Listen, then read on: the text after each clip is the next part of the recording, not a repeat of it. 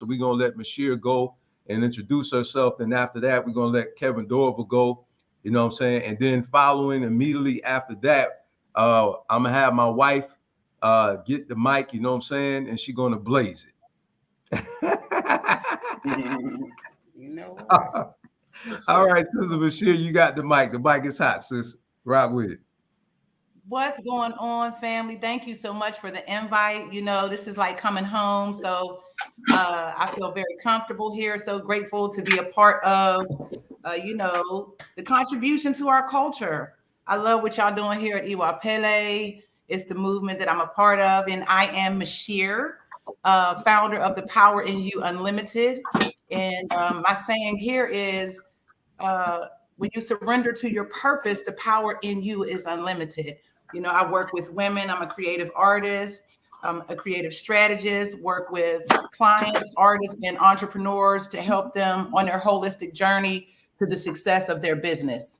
And that's who I am, licensed and ordained minister, and just all around spiritual healer. Grateful for, the anointing and the call on my life and the ability to tap in, and to be present, not in my past, not in my future, but just focused in this moment and this beauty that we have right here. So I'm excited to be here. And let's get it popping. Yes, indeed. Want to send a shout out to our cousin Shantae Gillard is in the building. Thank you so much for tuning in, cousin. What's good, cousin? All right.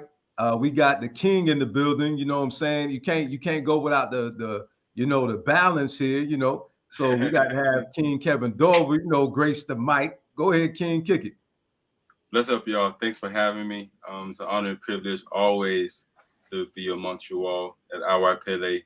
You guys have been very consistent, and so blessings to the king and queen. And you know who I am, King Kevin Dorval, 4-time author. I got a dope book coming out called Americans and France's 1,000-Year War Against Haiti.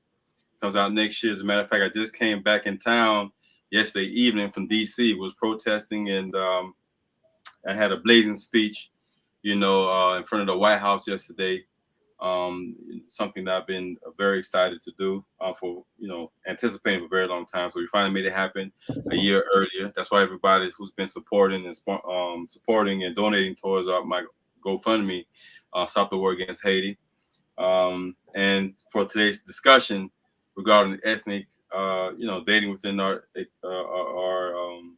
racial heritage and ethnic group and all that good stuff, I have a dope book called 7 Types of Queen and King's Desire. So I'm going to touch into that book a little bit today. So you already know I'm an author, activist, bona fide goal getter, entrepreneur here in Atlanta, Georgia. A dream come true moving to Atlanta. A lot of things been manifesting, and I miss you. I miss you too. But you're not in Florida no more. I heard you. No, we love to. Hey, you had to get out of there, man. I felt like maybe you guys felt the same way. I felt like a caged eagle that couldn't fly. So now I'm flying. Yes. And I'm just, thankful. We renovate houses and all that good stuff. So that's how I pay my bills, renovating and mold remediation. And so I think I said enough about me. So, let's do it. Absolutely wonderful. So now the queen of the house.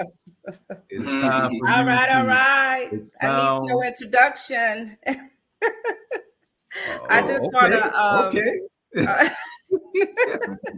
I just want to dive a little bit into, and we're going to get started just a little bit. Okay. I'm Queen Amari. I am a descendant from the Kingdom of Kush. And I'm here as to do what I love to do, because there is a mandate on what we're doing. And our topic was about interracial marriages and relationships and such. I just want to touch on just briefly about the difference between race and ethnicity. And I'm going to tell you briefly what our African ancestors were doing, in their societies. Sometimes we take race and ethnicity and we kind of group them up into, one ball. Race was like, someone's skin color, And it was something different than let me put it like this: the whole idea of defining people that way is a social construct, they say. And what happened was in the 1400s, 1490 to 1500s, the people were starting to be defined by their race. It was because of their kind, their breed, their lineage, and then ethnicity. It was referred to the common descendant or origin, that the people were grouped together. It was a part of the environment or the clan or the culture that they were in. So around 1700s, that's when the ethnicity was being, used a whole lot. And at that time, the ethnic group meant heathen or pagan. It was something different than what it means right now. But there are a lot of different ethnicities, and the Europeans have made a lot of different races. And you can say that there's a lot of different races, but they really, really have pushed that forward. But during our African ancestors, one of the things that they did inside of their culture is that they married within their own clan, and the relatives of one's mother or father up to a certain degree of kinship. In every African society, people know how they are related to others through blood kinship and marriage relationships. Therefore, people know who is a close relative and whom they cannot marry. The clan system helps in many parts of Africa because often a person is not allowed to marry someone of the same clan. It is believed that marriage to a forbidden person will result in misfortune and perhaps in death of the couple, or more often of their children. So there again, our ancestors married within the family. I'm just going to say that.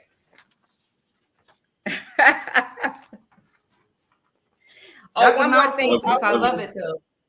Yes, one more thing. And when it came down to ethnicity, especially like, say, for example, the Hispanics, a lot of them, 50% of them say that they're Caucasian, and the other half say that they're of some other race or whatever. But it was based upon, just the group, and even the location where some of these people were. And that's the ethnic group. I oftentimes say that a lot of Hispanics some of them are just Caucasians that speak Spanish. So, go ahead. Mm-hmm.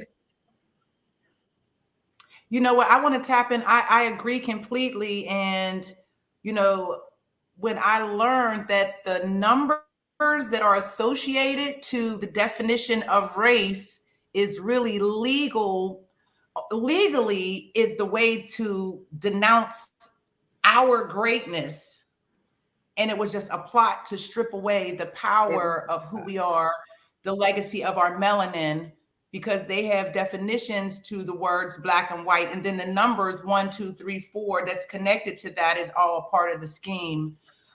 Those are just a few of the things that I've learned recently in the past year or two that really blew my mind, because we grow up in Black neighborhoods unconscious of the beauty of who we are, the power of who we are.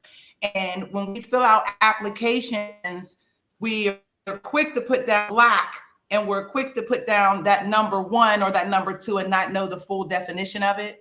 So I love the intro that you gave, because it sort of sets the standard for the conversation. We got to have a foundation of knowledge, instead of just saying Black this or Black that. Like there's a whole bunch of oppression connected to it. And yes, and one more thing, ethnicity again was the ideals of the person. That's why I say sometimes, and I know we're getting into interracial marriage, all skin folk are not kinfolk, because the ideals and the practices, we even though we have darker skin, some of us are not together, so to say. Mm-hmm. All right, we get ready to kick this thing off. So where it's going to go tonight? I mean, in our Black culture, we had the brown paper bag. Mm-hmm. Okay, so the way we're going to kick it off. I'm for all of this. What? Oh, she got a delay. All right. So when she come back in, what we're going to do is we're going to start on the actual topic of discussion. So we're going to start the question and answer session to this. And King Kevin being at the Queens, they already set it off already. You know what I'm saying? We're going to start. we're going to start with you, man, in this regard. So the question on the table right now, family, is should, as a topic asks, should or should we not marry outside of our ethnicity? So we want to hear why not? Well, Why not? I mean, if you look at history, whenever a conqueror comes to oppress a people, they usually come into marriage or intermarry in that civilization to dilute and to mix in that community so they can have more control and power, so they can practice what you would call neo-colonialism. So, for example, in Egypt, let's say Kemet, let's go far back as Kemet. When the Greeks, the Romans, and God knows who else came to invade, the motherland. I mean, like Cleopatra, for example, she mixed with what, 3 different types of races or ethnic groups. Fast forward to like 1806 in Haiti, for example. Everybody know I'm marching and fighting for Haiti. It's Haiti against the world right now. Now, Jean-Jacques Dessalines, those who know Jean-Jacques Dessalines is, he was the lieutenant of the Haitian Revolution and very powerful figure, real superheroes type stuff. And before they became the first independent Black nation, well, after they became the first independent Black nation in the Western Hemisphere, the first and only country to fight and win their independence, they didn't wait on the slave master, they didn't wait on freedom papers. And he wrote his Constitution in 1805. He died in 1806. As a matter of fact, his birthday is October 28th, so it's coming up. And I'm having an event in Atlanta, October 8th. So I just had to throw that in there before I forget, at a museum here in Atlanta. Look out for the flyer. It'll be coming out maybe Tuesday. He wrote the Constitution because he understood about racial discrimination, and they was very conscious about that in Haiti. And he wrote the Constitution: no foreigners can own land in Haiti, right? He actually wrote that Constitution: no foreigners can own land in Haiti. They were the first and only country to actually write in their Constitution that everyone is born free, and they meant it. America wrote that in their Constitution, but they didn't really mean that, obviously, because a lot of our ancestors was in slaves and shackles. But when he wrote that, the Europeans, the French, Spain, America, the Germans, the Polish, they actually married or even violated some of the women in Haiti to get them pregnant, have babies, so that for example, if I'm German, if I can't have land in Haiti, I'm gonna marry one of these Haitian queens, get her pregnant, have her have my babies, and they'll be able to purchase the land. So, like the queen was saying earlier, Queen Mashur, is that how you say her name? Queen Mashar? Can't hear it. It's on mute. Mashir, like Queen Mashir said, it's used as pleasure to meet you, by the way. Yes, sir, you as well. No doubt, thank you. Europeans use race as a military tool. It's part of their strategy to oppress the people in the land. And they were very smart in doing that. So they were doing that for a couple generations. That's why you have Haitians in all kinds of colors. You got white Haitians, you got you got brown Haitians, you got orange Haitians, damn near green and red, because all these ethnic groups came in, to get the land. Now the US came in the picture in 1915 and literally, and that's another subject, but they, instead of marrying into the people, they literally re-enslaved Haiti and changed that constitution as Jean-Jacques wrote back in 1805. So they wouldn't have to marry Haitian women. They'll just rape the women and have the babies or whatever. Unfortunately, so that's the sad part of that story. But they literally oppressed that land for 19 years. Most people don't know that Haiti is a property of America. Now not only did they change the constitution, that land that the foreigners always wanted in Haiti, they literally changed the Constitution and then stole about 200,000 acres of land. So so when we entertain the whole marrying another race and culture, Dr. Amos Wilson always says it best. You know, I'm a student of Dr. Amos Wilson. He's one of my mentors. He doesn't know it yet. Rest in peace. But he said that for us to marry and to date and have sex with these other cultures, we must have amnesia to forget what they've done to our people. And so I'm gonna leave it at that. And anybody want to chime in, or that's it. Okay, we'll let Queen Mashir go because she dropped out. So the question on the table is the actual subject matter. Should or shouldn't we marry outside of our ethnicity? Why and why not? Okay, yeah. This is an awesome topic because in the greater scheme of things, knowing that I am God, because God lives in me, so I am God. I'm loving and forgiving and understanding, and I see the beauty in the oneness in spirit. We're all spirit. You know what I'm saying? Which is like beyond the colors and the boundaries of race and ethnicity and all of that. But we live here in the United States, in this country, in this world that is the total sum of the oppression, the laws, the fraud of the law, especially in this country of the United States. And we have to do something about preserving, first, refinding our culture, refinding who we are, and honoring that.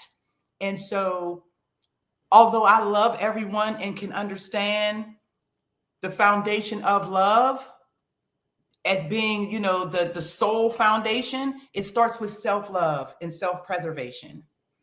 And my belief is in order for us to love each other and build our families, our neighborhoods, our community, and then throughout the diaspora, we have to have self-love. So in order to do that, I understand the experience of a Black king from a helpmate, woman, mother, sister, aunt, daughter perspective.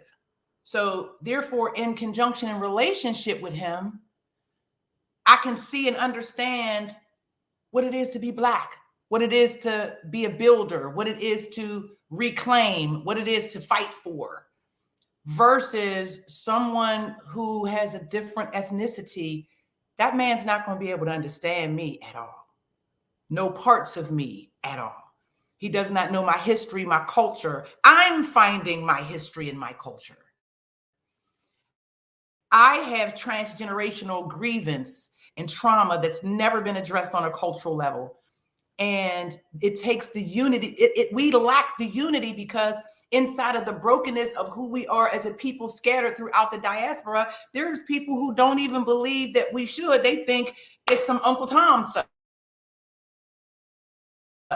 Oh, you waiting 40 acres in the, like, they don't get it. And I call them bots. And I don't know. We still here? Okay. I don't mean to call them bots, but there are some people who actually are still plugged in to the oppression. They still watch the news every day and believe everything that's on it. And we are a phenomenal and amazing, beautiful people. The price of our melanin is 3-4 times more valuable than gold on the stock market.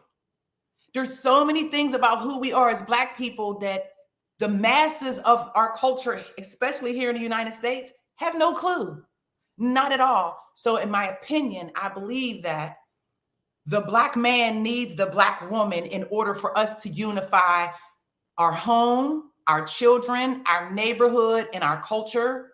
We need that unification. And I'm saying that not in any lack of love towards anybody else on the outside, but we got to heal at home. We got to take care of home. We got to love each other here and get a foundation of who we are and what self-love. I got to love myself as a woman, whole and complete, so that I can be the helpmate God created me to be.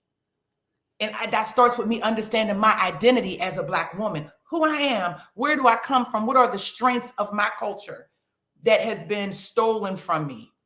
And even there are now so many people waking up to find out who they are. Did you see in Florida, they just passed that law to change Black history in schools?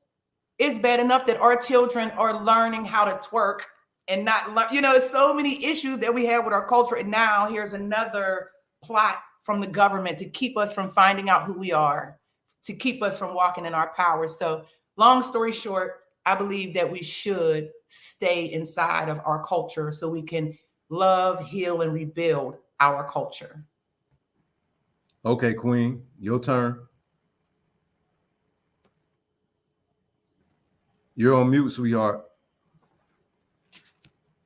As looking at the statistics and everything that I've experienced in my life, and everything that I see today, the statistics say that 25% of Black men marry not non-Black women, and that's on blackdemographics.com, and 12% of Black women marry non-Black men. Now, it's been known that that percentage has been lower for Black women. And just like Monsieur said, we don't want to, at one point, the vast majority of us did not want to connect with anyone outside of our race and ethnic group. And when I say that, I have to speak with some of my friends and things like that to let them know that, our race is, we're African. And what entails African is Brazilians are African, some of them, Virgin Islands, Trinidad, Haiti, Bahamas, the Bahamians, Dominican Republic,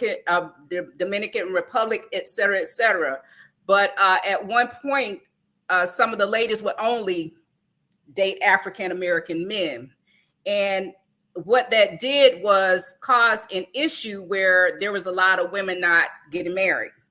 You know what I'm saying? They were sitting there, they were waiting on that African-American man. He was getting married, but he wasn't marrying them.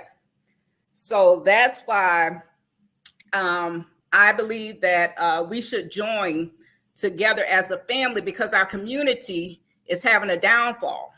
So now we have children that are being raised without a father, because the African-American men are African men, so to speak. They dropping the seeds off. You can best believe that. So now we really have a society where, we're not together. You know what I mean? We're together long enough to produce a child, but we're not there together, some of us, to raise that child. And, what I dislike is, okay, so you have gone over and you decided that you love someone else and of another race or whatever case may be. Please don't look back and pretend like we're your downfall as a Black woman, So, and that's another issue.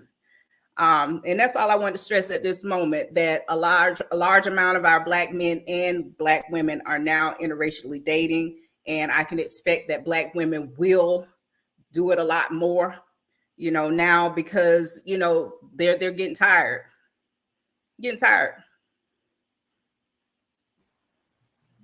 Sisters, this is to you. What's your thoughts when you see a brother with a non-African woman? Two-part question, really. How do you feel about that? And, does it give you low self-esteem? Does it mess with your self-esteem at all? I would love to hear your thoughts. And then, Brother Kevin, after the Queen's answer, I would like for you to answer it from a male perspective. Sis, you want to go first? You want me to go first? Sure. Ain't nothing they can do to give me low self-esteem. I got mine.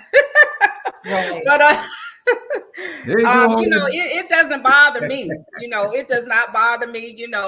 Hey, like I say, don't start, and then it won't be nothing. So it doesn't bother me. I don't turn my nose up at them or anything like that. Matter of fact, I have a conversation with them.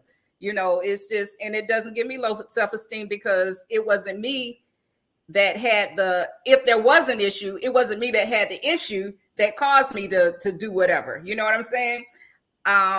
It's not, that's not my issue, you know, but I'm here to love. I'm here to love, and I'm not here to look down on anybody on their life's decisions, because we made a bunch of decisions in our lives in the past. So, you know, it is what it is. It don't bother me. Yeah, you know, and so I have a different perspective. My grandmother was biracial, and her father was a white guy. And he was wealthy and well off, and he married a black woman. They had 3 babies. And for whatever reason, he decided to divorce her and leave her with these biracial babies. And understanding my grandmother's story, you know, he didn't want to pay child support. And this was back in the 40s. And here he was a property owner, a business owner, and this black lady with these little kids that look so white, it ain't funny. And she took him to court for child support. And he tried to lie in court. This is his ex-wife. He tried to lie in court, and the judge wanted to see the kids and said, "Sir, just pay the lady. You know these are your kids." And so with that being some of my family history, love is love, you know, and for me, it's all about healing, cultural healing, individual healing. When I see a mixed couple, I instantly think that something in this brother was broken, something in him he didn't receive, some sort of issue with his mama, some sort of issue with the status quo of him feeling his masculinity, because there's nothing more beautiful than a black woman. And to honor the women and the lineage that you come from, that, yeah, may, because of our generational trauma, give you a harder time, maybe hold your feet to the fire, you know, and maybe push in ways I think that a lot of black women who lack healing may allow their trauma to come in a more masculine way than values and respects the honor of a black man. So it's a problem of culture that needs to be healing, because it becomes a vicious cycle where now this black man is going to go find somebody who can be submissive. He's going to find somebody who wants to work with him in a way, because the black women he's tried to engage with, his trauma, his brokenness, it's just a clash. And it's really what the oppression has done to us as a people. So I don't get mad when I see it, but I'm like, damn, bro, I want to introduce him to some phenomenal black men to help him understand himself a little better, you know? And I ain't mad at sis. I'm like, you know, she pulled her one, but at the end of the day, he might be mine or another single sister that's out here looking for a phenomenal black man. So no, I ain't gonna talk about you, but I see you, and I'm praying for your healing.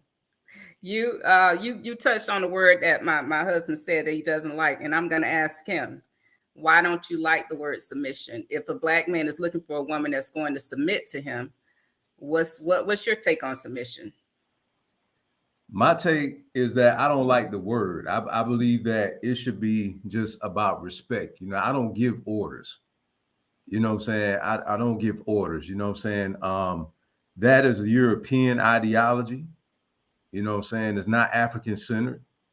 You know what I'm saying? You know, it's about respect. It's about honor.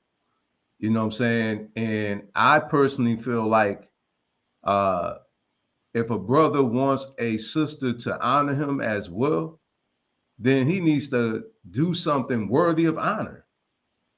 You understand? You know, you know, you don't just like certain titles like husband and wife, you know what I'm saying? It's like being a father, but you're not doing your fatherly duties, but yet you want the child to look to you as being a father when you were absent.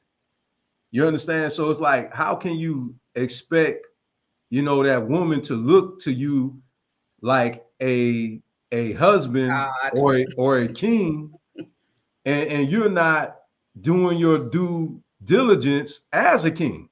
You're not upholding your duties and responsibilities. You know what I'm saying? So can I chime in? Yeah, sure. Okay, so, but then for me, it always goes back to the trauma and the healing, because we have different definitions of words, because my definition of respect and honor and surrender or submission might be something different to someone who's traumatized, somebody who didn't have a teacher, a mentor, a family. And so, you know, I joke with my friends in the hood, you don't really date. He like you, you like him, y'all start talking and kicking it, and before you know, that's your boyfriend next week.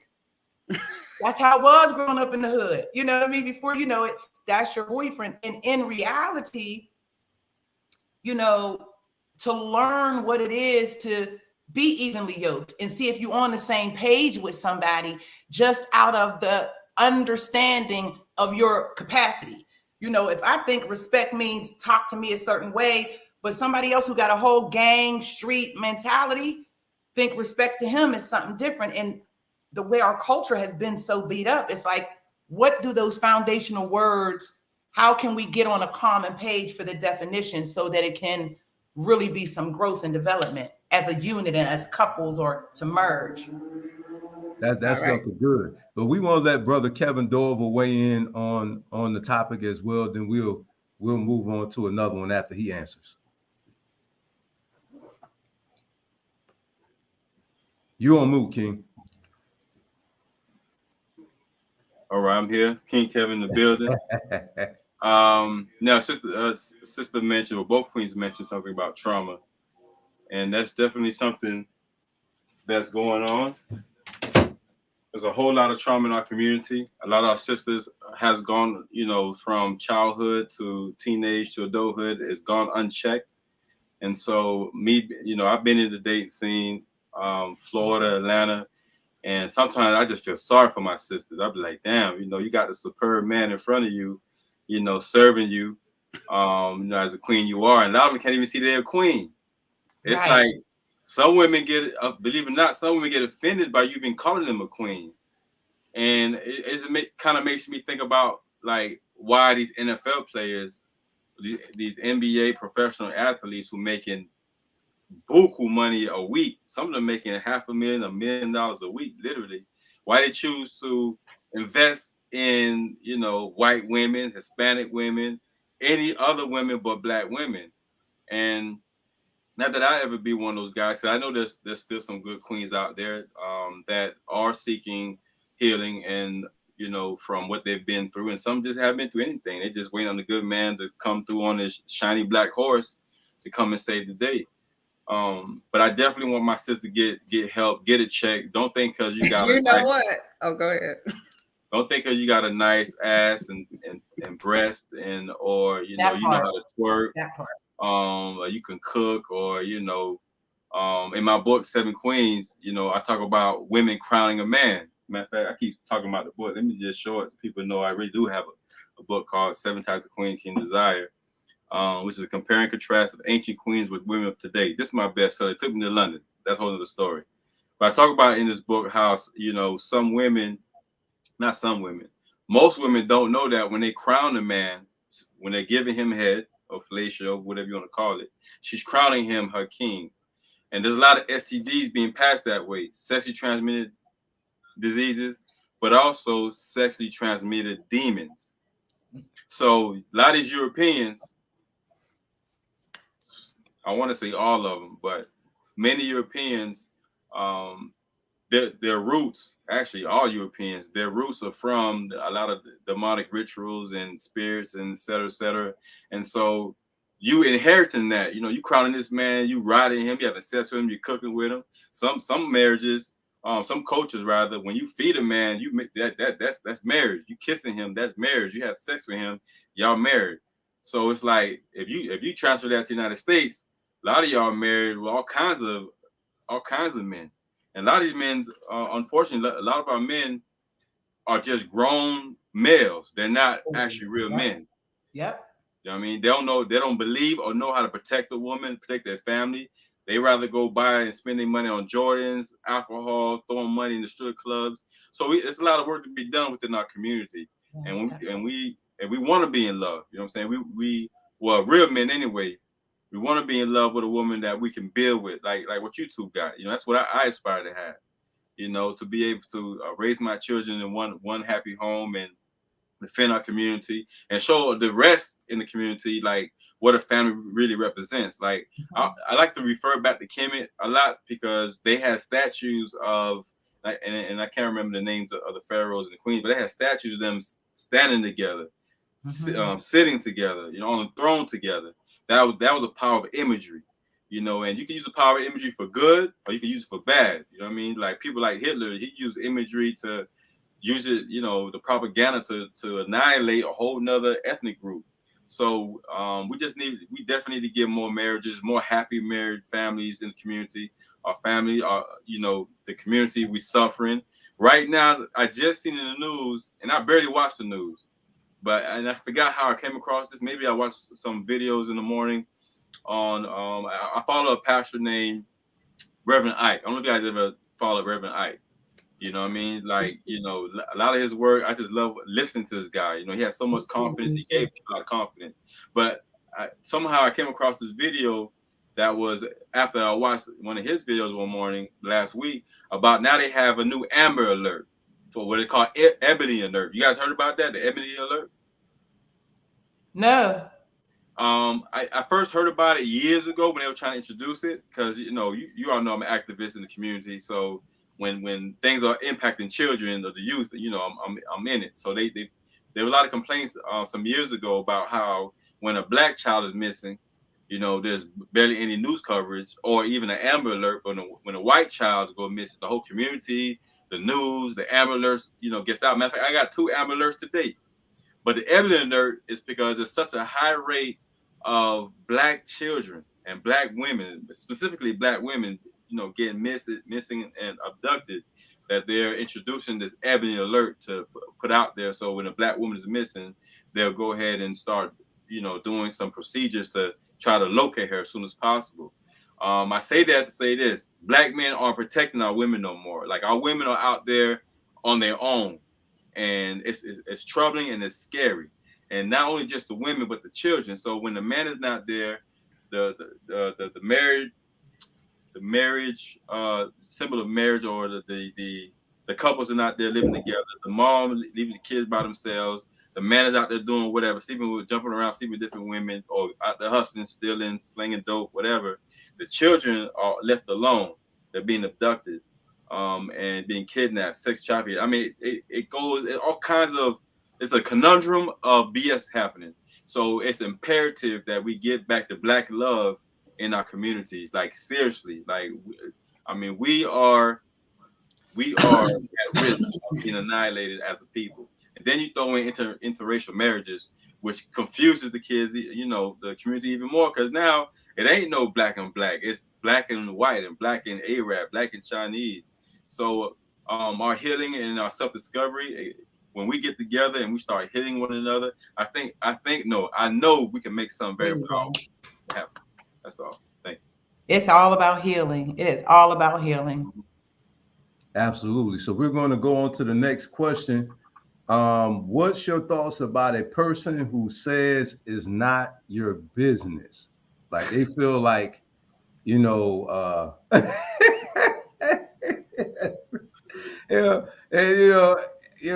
feel like, okay, I can do what I want to do. You know what I'm saying? And Sister Michelle is not throwing no shots at you because my wife and I, we heard some content in regards to this. I just want you to know I throw no shots at you, sis. You know what I'm saying? So we heard a discussion, my wife and I, and the brother who was married to a Caucasian lady, he was like, well, I'm not accountable to y'all. You know what I'm saying? Like, that's my business. I marry who I want to marry. You know what I'm saying? And his reserve was he felt like that just because he did it, there's a pool of African men. So his mindset was, well, how is it that I'm hurting us and it's only one of me, right, and there's all these hundreds of thousands of other African men? So this is where this question was deriving from. So I would love to hear all of your thoughts. Okay, ladies first, of course. Queen, you haven't been saying that much. So I want to hear you, and then we'll roll. We'll roll with sister. We'll roll with Sister Bashir after that in regards to this. So again, the question is, what's your thoughts about a person who says, after all that I just passed, what is your thoughts on, well, it's not your business? Well, I just want to start out saying that there's an all-out campaign to get our brothers to marry interracially, or to look back at the Black woman and the Black community like we're nothing, to degrade us, to call us out our name, the whole nine, all of that trauma that's inflicted upon us just by our own Black men alone. And this is, and what we're seeing from one another as women also is the evidence of being beat down, being talked down to, being mistreated from sometimes when we're a baby, we're a child. I mean, some of us got some traumatic memories back when we were toddlers of being treated and touched and all of this other kind of thing by the same Black men that we're supposed to, marry or to warm up to. So the trauma again started at the house even before we left. But as for a Black man saying that it's not my business that he interracially marries, nah, that's your thing. You know what I'm saying? That's your business. But here's the issue. I wish we had caught it before it had gotten so far. Some of these guys and some of us, we belong to such environments where we're mingling together like in college, or and we don't see anything about it, or being raised in certain neighborhoods and things like that, and we don't see that it may be an issue within our community if you do go ahead and step out or what have you, but it can cause a problem. We're dwindling. We're losing people, the man and the woman. But as for, again, I don't feel like I'm not worried about anybody who's interracially married. I just wish that, just like you, Bakari, or my husband, I just wish that they had come into the knowledge of the truth before they spread their royal seed all over the earth with anybody but their own. And like I said before, the issue that I have is, if you're gonna go ahead. Don't try to traumatize us anymore with any of your decisions. And if some of the women are anything like me, I'm the one that say, I'm glad you're gone. So now we don't have to be traumatized anymore. That's somebody else's problem. Y'all gonna get the same man that we had, and that's y'all issue. But there are some very, very, very good Black men out here that love Black women. And just like, I think all of us had the opportunity to date and meet people of the same race or the same ethnic group, and discover that there are some people out there, but there's some good people that's just not for us per se. You know what I mean? It's not where you just get on the first thing smoking. You have to have that compatibility and things like that. And just knowing Jesus is not the only thing that you need to be compatible about, or just, because somebody know how to do it, have sex real good. That does not mean that they are compatible in the area that you need them to be. And I think that's where we, kind of miss it. You know what I mean? And so, but for some of us, I know now, not only is there an all out campaign to get Black men to interracially go out there, there's an all out campaign for women, Black women, to go out there. Now, my thing is this right here, is that I say, you can go to Haiti, you can go to Bahamas, got some nice men. Trinidad, it was going on down south. Jamaicans, yes, a whole smorgasbord of Black men. So it seems like, and I don't know where they live. Sometimes you live in a community where there's just not a lot of us. You know what I mean? A town, and everything looks dull and dim, but it's a whole world out there that you should be able to connect with and things like that. But I just say that as for it being my business, I'm not worried about it. I just wish I'd have called him before. Queen Michelle? Yeah, sis, there's so many things that you touched on that I'm total agreement with. You know, the bottom line of it is understanding the beauty of who we are, you know, and yeah, it's my business. Because I'm watching how our culture is being destroyed. I have 3 daughters, 32, 28, and 26. And I was out of high school when I started having my babies. I would love for my daughters to find phenomenal Black men to, you know, continue to build our culture and go out into the world. But getting back to trauma, because my conversation is going to always lead to the healing that we need. Sometimes a man can't see the value in himself, so he doesn't understand or see the value in her. He's looking for the chick that is just going to give him some easy skins when he pull up. Who's going to cater to my broken self-esteem? Who's going to build me up and make me feel good? So I'm going to find the lowest of the low in my culture who's most broken that can make me feel like a king without any accountability to who I need to be. Or I'm gonna dip over here to this white chick who's dingy as hell, and I can jump in her head and spin her. She ain't got the inner city, you know what I'm saying? Slick understanding that I have. It all just goes back to healing. Yes, it is my business. So if all I can do is a each one teach one, if I can pump out content and information that's going to inform and empower, if I can make sure that everything I do is a blessed example, and there's more women, older women, mature women that are learning how to heal themselves, because you marry what you attract, who you are. So if you broken and you tore up, you're going to accept the broken, tore up dude that's showing up. Don't matter what part of the diaspora you're coming from. A man phenomenal, beautiful and healed and holistic wellness can show up. But if you're not holistic healed, you're going to find something wrong with him.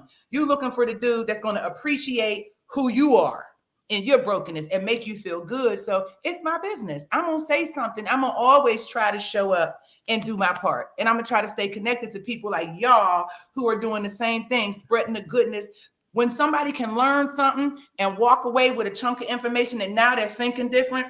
Now, when they pick up their phone, they're not going to World Star. They trying to Google and research something that inspired them in a podcast that they saw. That's the movement I'm trying to be a part of. So it is my business. Amen.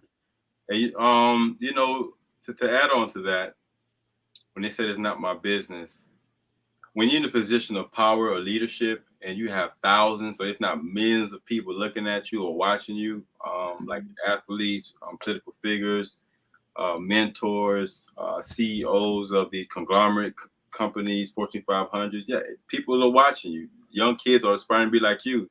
So being a Black man and you in a magazine and you got a white wife, a young Black king or a young Black woman might look at that magazine and be like, I want to be like him or be like her. And since you with somebody that's non-Black, maybe that's my way to win and be successful in his life, to be with someone that's not of our, our heritage, our culture, or ethnic group. And it's unfortunate.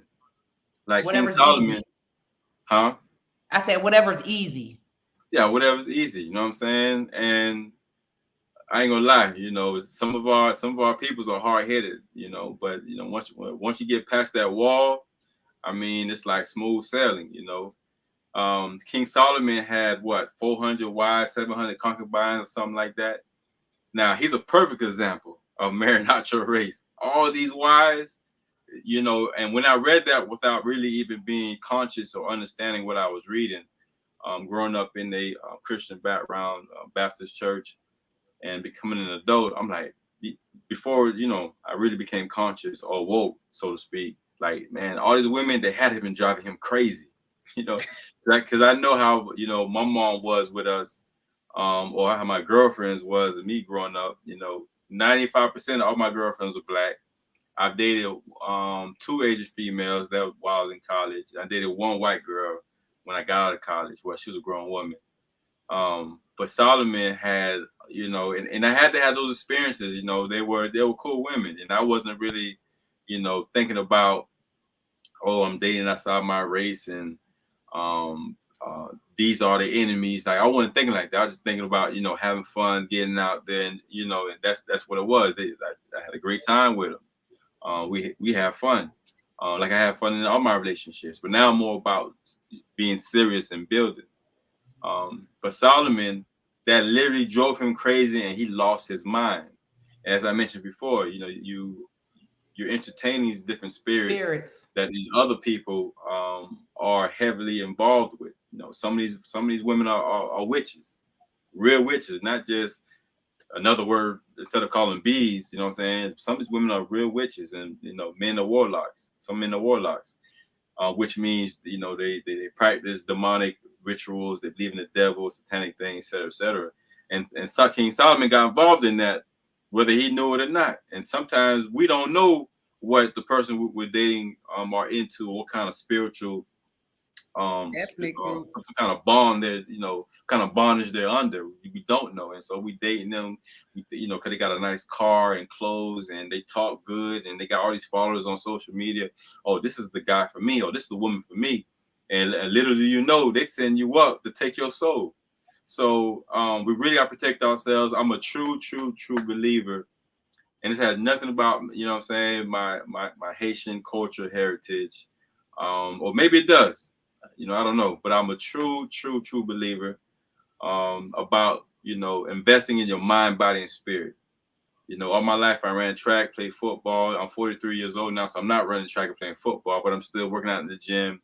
You know, I pay attention to my physical body. I pay attention to my mental. You know, that's why I write and I read. God knows how many books I got. You know, I mean, I might have like 1,600 books. I kid you not. I read. I'm an avid reader. I was reading while I was up there in Washington. You know what I'm saying? Going there on the plane, coming back, you know, on the road, reading. So I invest my mentality, and I pray and I meditate so I can protect my spiritual being. You know, because King Kevin is short for Warrior King Kevin. You feel me? That's right. I'm a warrior. You know what I mean? So. That's definitely has a lot to do with my Haitian culture, you know what I'm saying, heritage. But so I advise everybody here, if you learn anything today, definitely invest. And I'm sure you all picked up something from each and every one of these, you know, royal individuals here.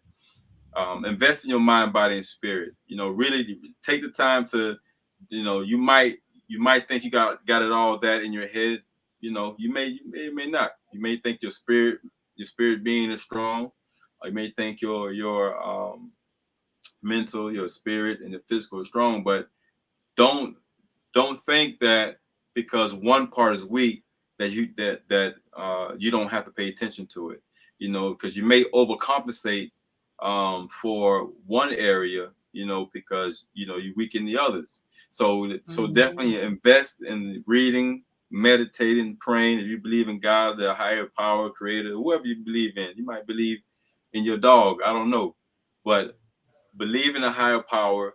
Invest in those things on a daily basis, because not only does it make you a better person for the world and the community and be able to fight these, you know what I'm saying, the white supremacist system, but it makes you a more attractive person for your mate. You know, the mate that you hope to have, and maybe the mate that you have now. It makes you a more attractive person. That is my 2 cents. So you're on mute, I think. But so, Kevin, can I ask you? So you're saying, because you know, I made a comment: all skin folk is not kinfolk, and all skin folk are not the people that you're supposed to be. And based upon what you just said, you want to make sure, even if they're skin folk, that they, you know, are kind of on the pure side of trying to get pure, or you don't want to mix and mingle with things that you don't know of. I'm sure some of those tribes and things like that Solomon was dating, they were skin folk. You know what I mean? But there was a difference in ethnicity. There was a difference in culture. There was a difference in thought process. You know, so I just wanted to reiterate what I thought you were saying. Is that what you were saying? Definitely. If as long as your partner is working on themselves, then and they're of the same, you know, ethnic roots and background, then it should be all good. Now, Solomon, I can't say that all of them were black, you know what I'm saying, or of African ancestry, you know what I'm saying, because the Edomites are somewhere from the black, what is that, the Black Sea? I'm not, you guys familiar with where the Edomites were relocated on the map? No, I know that the god of that time told him not to mix up. That's all I know. Right. He told him not to mix up and not to go into them. and that's all he was doing. You know, Solomon was he was getting it in and out bro. of damn near everything. You know, he was getting it in. So I googled it. It said the Dead Sea Basin is part of the border between Israel to the west and Jordan to the east. So I mean, but that was just one group. It was several groups of women, you know, that he was dealing with, and it literally drove him mad. Like he literally went crazy, and lost his empire. So, you know, I just don't want our kings to lose, you know what I mean, their empires, the empires they're building, you know, because if we let these Edomites into our empire, you know, and some of these white devils into our empire, they're really gonna they're crush it and destroy it. We've seen it time again in history. We're seeing it right now. Look what happened with what's his name? The actor who's with that white girl, and he was supposed to be in Jamie Foxx. Who? Jamie Foxx? Not Jamie Foxx. It was a young cat, man. Nathaniel something. Nathaniel. I don't know his name, but I know who you're talking about. It recently happened. And he lost a lot. You know what I mean? Like I think what $20 million, or some crazy number like that.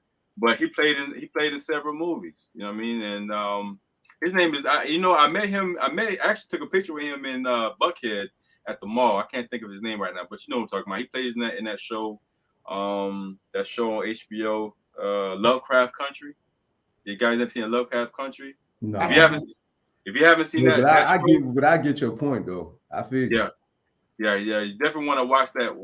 If you guys never seen that show, and there's a lot to do. His name is Jonathan Majors. That's his name, Jonathan Majors. Okay. He lost tons of money. OJ, Wood. What's the golf player name? I think Dr. Dre too, if I'm not mistaken. Dr. Dre. I don't know about I know Dr. Dre. Actually, Dr. Dre used to beat up his ex-wife. Oh yeah. Dr. Dre lost a lot of money in his divorce. Yeah. He had to give her a lot and some rights. Okay. Hey, you know what I mean? So we got a couple more questions, so let's get these questions out. Go ahead. All right. So we got. Do you think it's betrayal? We want to start with the queens. You know, do you think it's betrayal when a man marries outside of his ethnicity? And I wanted to also add to that, like what Brother King Kevin has said, like, you know, he really didn't feel that way at the time. You know what I'm saying? When he did it. I did it too back in the day, you know, before my mindset transition. Now, I didn't marry, you know what I'm saying? But I did it, you know, because I was like a flower child back then. You know what I'm saying? I'm being honest, I went international. You know what I'm saying? I mean, you know, you get curious and you do stuff. You was out there, huh? Out of curiosity. I was single, man. You know, I was single. I was like, man, I wonder. But, you know, I was... Let me go on mute. It's the truth. You know, I was a bachelor, man. You know what I'm saying? I was like Jamaican, Hispanic. I was trying to go all around the world. I wonder. But anyway. It's the truth. But, you know, in all seriousness, though, you know, for the question on the table for the queens is, do you think it's betrayal? Whoever want to go first. So I do believe, you know, I don't know why everything that I'm hearing and in all of the parts that I want to deposit and add, it all leads back to healing. Yes, it's definitely betrayal, but it's betrayal of oneself, especially if you've never had self and you've never loved self. Like you said, before you got to a point where some reality came to you, before you woke and came to yourself, like our culture comes from the brown paper bag, you know, so anything that looks almost white, we've been desensitized not to love the beauty of our culture. Anything that's light and bright and almost white is what it seemed like you got to get a couple notches under your belt as a young Black man just to show that you got it like that, you know. And I mean, is it betrayal? It's the innocence and ignorance of growing up in our culture. I can't really say it's betrayal if you know. It's betrayal if you're accountable. It's betrayal if you've done some healing and you understand what's going on and you choose to not stay inside to rebuild, yeah, then that part I think is betrayal. When you want the easy way out, and I say the easy way out because, yeah, you marry and you attract who you are. So as you're growing and you're healing, you're going to attract someone who is growing and healing. And together is where you leave and cleave and you start to begin to build. So if at that time you choose to build it and you know the state of our people, you know the brokenness of our culture in the United States, not even to talk about across the diaspora, and the unity and the love that's needed, and that's the choice you make, it is a sense of betrayal. Because how are our little kids going to learn what it looks like without having enough examples? We need a whole bunch of families that look like strong, culturally empowered Black families. So when you look at your next door neighbors or the folks across the street, you see, and I'm not knocking same sex, I'm not knocking none of that, but lately it's just so convoluted that when you look at your neighbors, nothing looks like a strong, unified Black family anymore. That the definition of that has expounded to hold so much more. So yeah, it's a in my opinion, in order for us to get to where we need to go, we got to self-love, self-heal, and then do what's right with that information once you get it. Find your tribe, find somebody that's going to love you that you can unite and build with. And be the example. Be the example. Amen.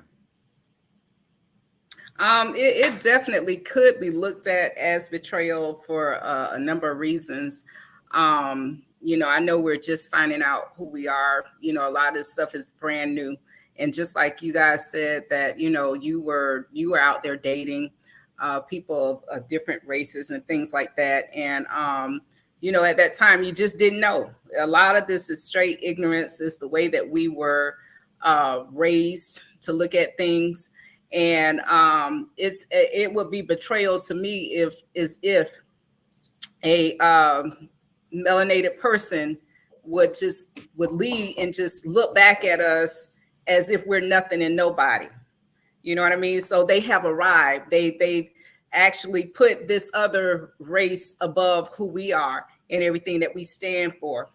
And I also think that it's quite sad also that a lot of the wealth is leaving our community and going somewhere else. You know what I mean? It's about the wealth for me. You know, like I got a lot of friends on Facebook that are interracial and things like that. You know, they're happy or whatever the case may be. But when it all boils down to all of these millions and billions of dollars that could have been in our community, could have been helping us, it's being transferred. The wealth is being transferred to someone that's some ethnic group that's already rich. Yep. King Kevin. Yes. Oh, my turn. Why, yes. Yes. Yes.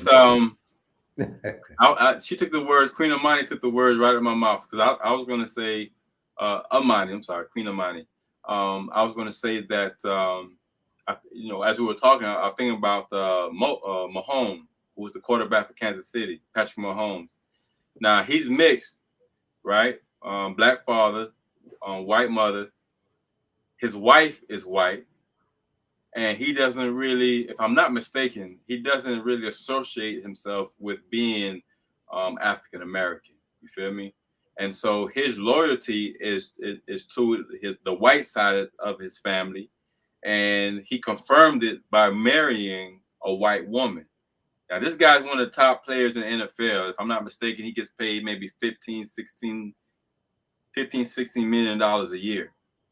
It's a substantial amount of money. You know, had he had a black wife, she would have had him investing in the black community, black programs, and building the black community. LeBron James and his wife, perfect example. You know, he's heavily invested in the black community and somewhat mixed community as well, but he emphasizes reinvesting in the black community. And yes, I feel like it's absolutely betrayal, you know, especially when you go back into history, but I'm not going to do that. But there's so many examples of how black men betrayed their people because they were mixed. You know, they chose to go with the white side. You know, I'm always going to be referring back to Haiti because I'm engulfed in, you know, my book, you know, Americans and France's 1,000-Year War in Haiti. Get ready to go to Haiti.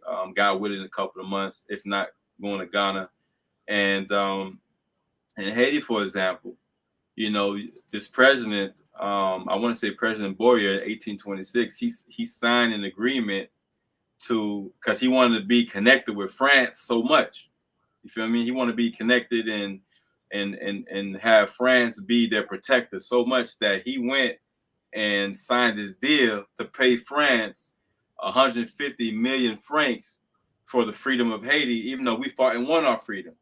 So he didn't have to try to offer them no money. So that sounds crazy. Well, I'm gonna pay you because we fought for our freedom and you lost property. So we're going. Ain't nobody lost a war or nobody won the war offered to pay the loser money because they lost property, and the property was us, by the way, our ancestors. And so 150 million francs, which crippled the economy of Haiti, but that's another story. But it was that white in him. Now he was President Boyer and Jean Pichon, they both was mixed mulattoes, and so their commitment was to the French, to the white part of them. Same thing. Look at Clarence Thomas. Clarence Thomas, Justice Supreme Court, white wife, anything that could benefit black folks, he went against.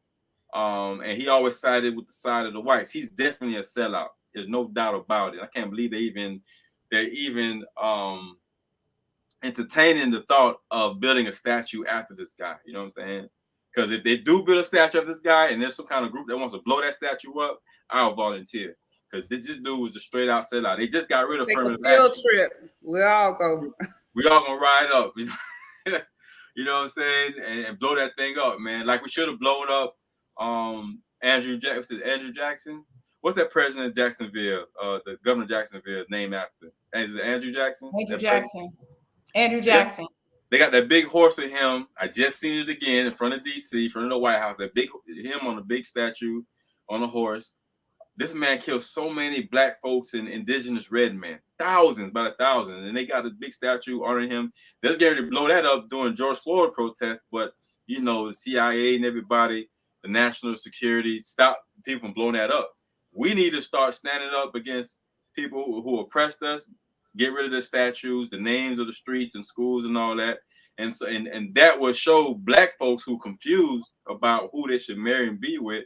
Like, look, man, this evil culture. We should not be part of this. We need to stick with the black race so that we can build ourselves and be strong and protect our women and children. I'm big on protecting my family. I know you are as well, King. And you know what I mean? And it's unfortunate that a lot of our women are so twisted in their minds, so beat up in their minds and spirit that they won't even let us do that. They gotta make a damn ebony alert just because there's so many of our queens missing and gone. We definitely gotta put a stop to this, man. We got to, because our queens are too valuable, they're too precious, they offer too much to the world. You know what I mean? And if you ask me, black women make the world go round. I agree.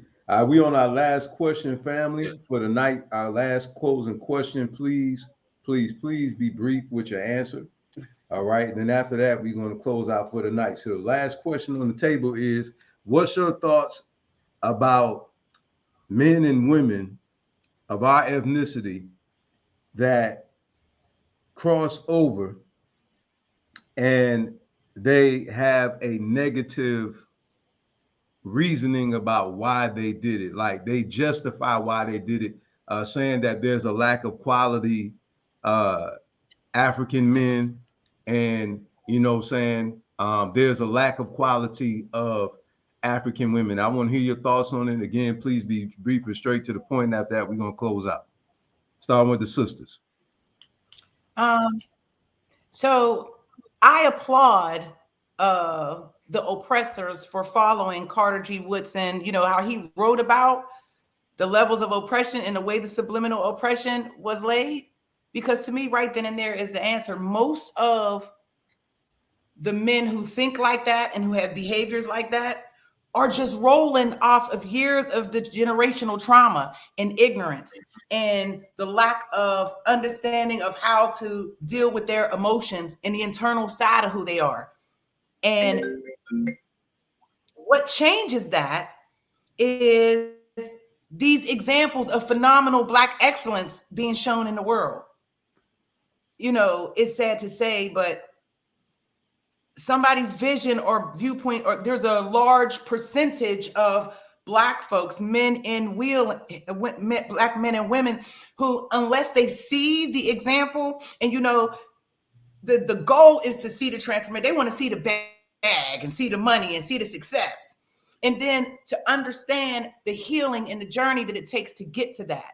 And so to see those success stories and to hear of the people in transition of that healing, in my opinion, is the only thing that's really going to do it, because there's so many levels and years of oppression that folks is like been settled, not just settled in it. They didn't build the home and the crib and they ghetto superstar in it. And their identity and their confidence and their self-esteem is rooted in all of the false lies of this generation of subliminal, you know, oppression, humiliation, and degradation of the beauty of us.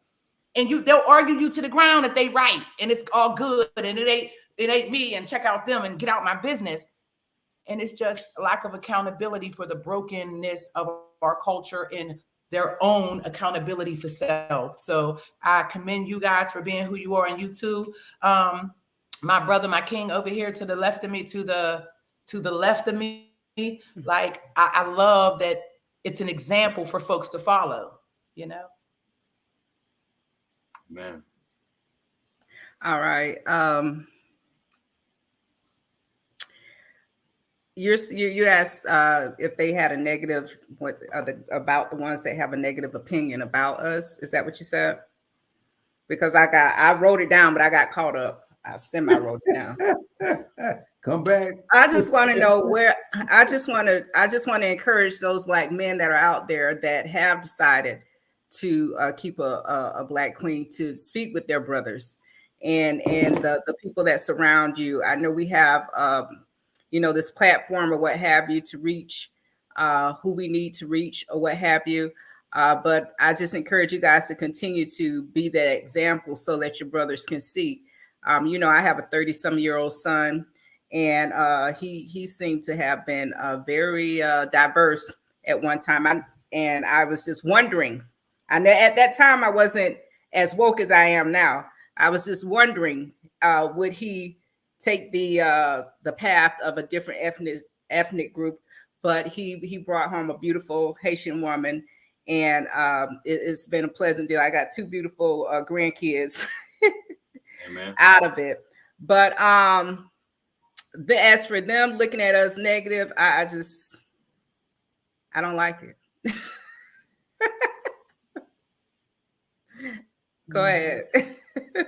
You know, the people that I've met, like I have a couple of friends of mine who have either a white wife or a Hispanic wife. You know, I never downplay them because of it or make jokes of it. You know what I mean? I'm conscious of it because obviously this is the person they married. They invest in this person. So, you know, I can't hate on. I'm not gonna hate on you. You know what I mean? But I definitely don't water down what I'm trying to say if this is what I'm trying to say regardless of the topic. But you know, my good friend, I'm not gonna say his name, down there in Florida, and one up here in Georgia, actually 2 up here in Georgia. But the one in Florida, he was telling me that, you know what I'm saying, he got tired of arguing with Black women. You know what I'm saying? He gave up on Black women a long time ago. You know, they're too argumentative, you know, non-supportive, according to what he was saying. I was like, well, it can't be all women like that. But he's saying maybe not all, but this is what I've experienced. When I met this white girl, I mean, she helped me with my business. You know what I'm saying? She was on point. She was helping me, like, before I can ask what if I need something, she was on it. And I was like, okay, you know, I can't hate on you because he's an entrepreneur. You know what I mean? Like, you know, he's getting money. You know what I mean? And it's a lot to do with the business they started together. So, I mean, as far as for me, I've had some experience with women who are about their business or at least helping you and what you would, you know, helping me in what I'm doing, but not to the point to where, let me wind and say this. I thought that's what I wanted. You know what I'm saying? I thought, okay, I need a woman to help my business. You know what I'm saying? We're going to go get the money. But now that I'm at a position to where, you know what, I'm making money. You know what I'm saying? As long as I got a woman who can make me happy and we can make each other happy. Not make me happy, make me happier. Because I'm already happy in my life. Already happy. You know what I'm saying? You know, I'll be content.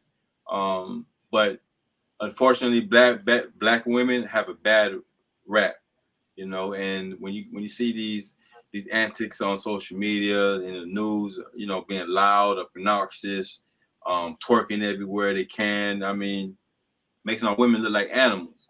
So, but I understand, you know, over 70% of black homes are raised by single women, and some women, black women, are just content with that. You know, okay, so what? I'm a single black woman. I'm raising kids by myself. I could do it on my own. Man, ain't no way in hell raising kids by yourself is meant to be. You feel me? Exactly. I don't believe it is either. But Ain't no way. I do understand some men, some men ain't about nothing. They ain't about shit. You know what I'm saying? But some men are, you know, there are men out there who I think is worth trying to see. Hey, can we work this out? Some women, same thing. Can we make this happen? You know what I mean? And get back to being peace and harmony, because we losing, y'all. Dr. Francis Cress Wilson, Dr. Amos Wilson, and so many others was warning us back in the 80s and 90s. Hey, if we don't tighten this up, this is what's going to happen. You know, our family's going to be left unguarded. Our children going to be raised by the system, raised in prison. And we're looking at that right now.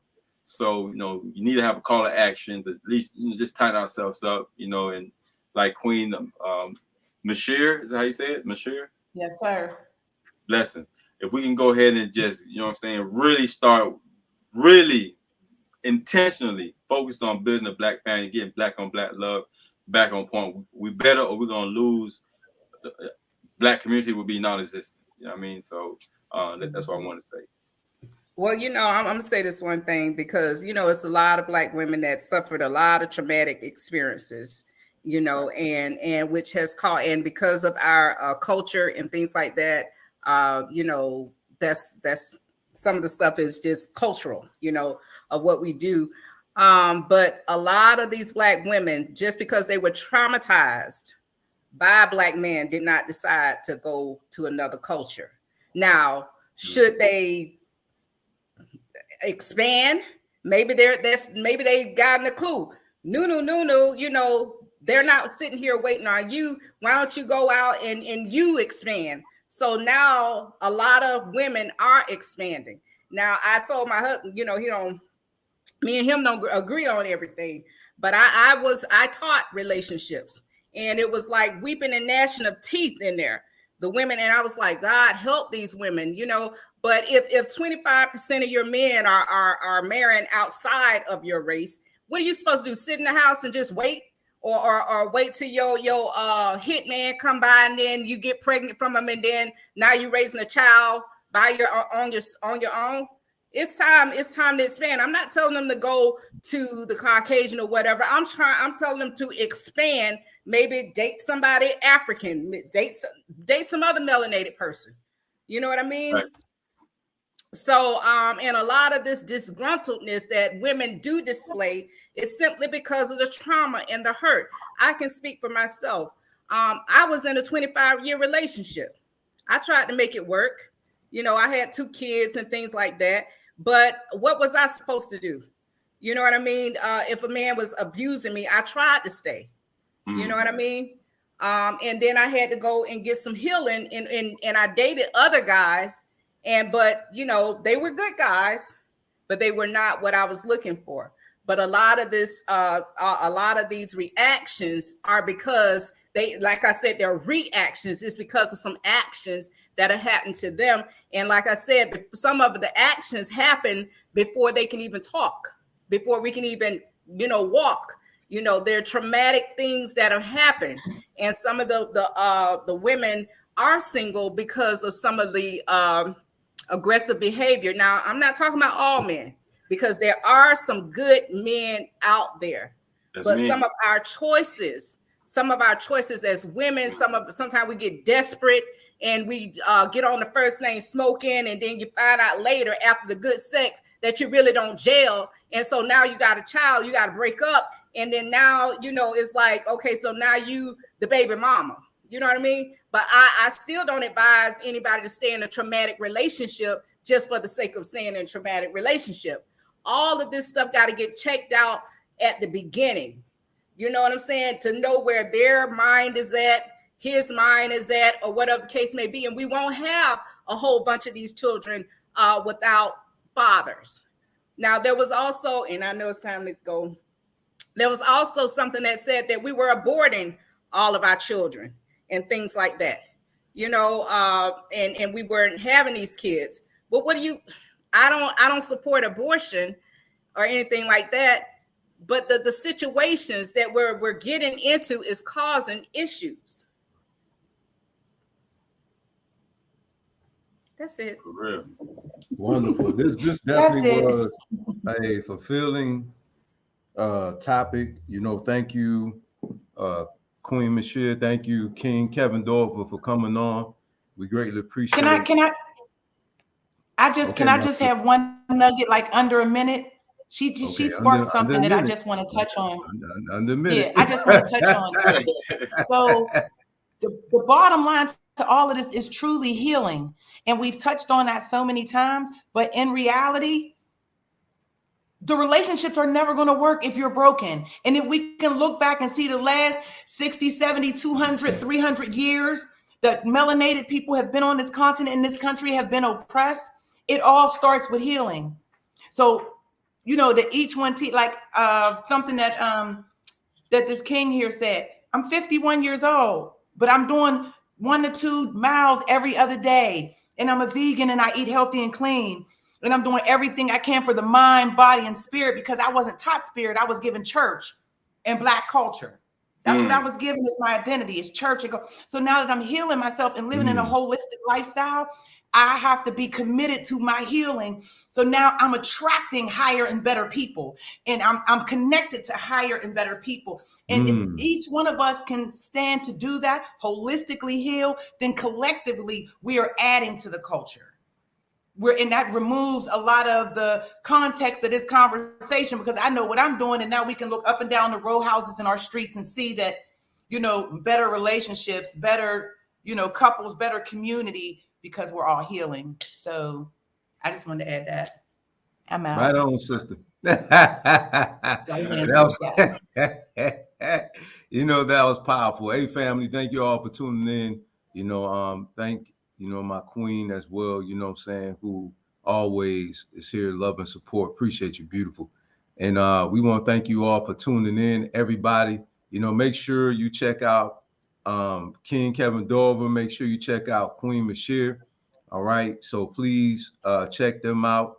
Let me move this out the way so you guys can get a feel of them. Okay. So there go their information. All right. Up there at the bottom of the screen under their names. Go check them out. You know, as you can hear, they're two empowering people, very positive. You know what I'm saying? I guarantee you, you would definitely learn something. You would definitely grow listening to them. You know, go check out their literature that they have. Make sure you tune in to their speaking engagements and show the support. You know what I'm saying? That's what it's all about. So, family, thank you all for your comments. Thank you, cousin Shantae, for tuning in. Thank you for Sister Darlene for tuning in. We greatly appreciate both of you. Continue love and support. We appreciate y'all. And also our good brother, we gained another brother out there. You know, he on the team now too. Brother Bobby, man. Brother Bobby, right? Thank you so much for tuning in, man. You've been tuning in here lately. So we want to show you some love. We don't take it lightly that, you know, you come and support the ministry. So we pray you spread the love. You know, help somebody else out. We pray you have a blessed rest of your evening, and may your week be the same. Peace.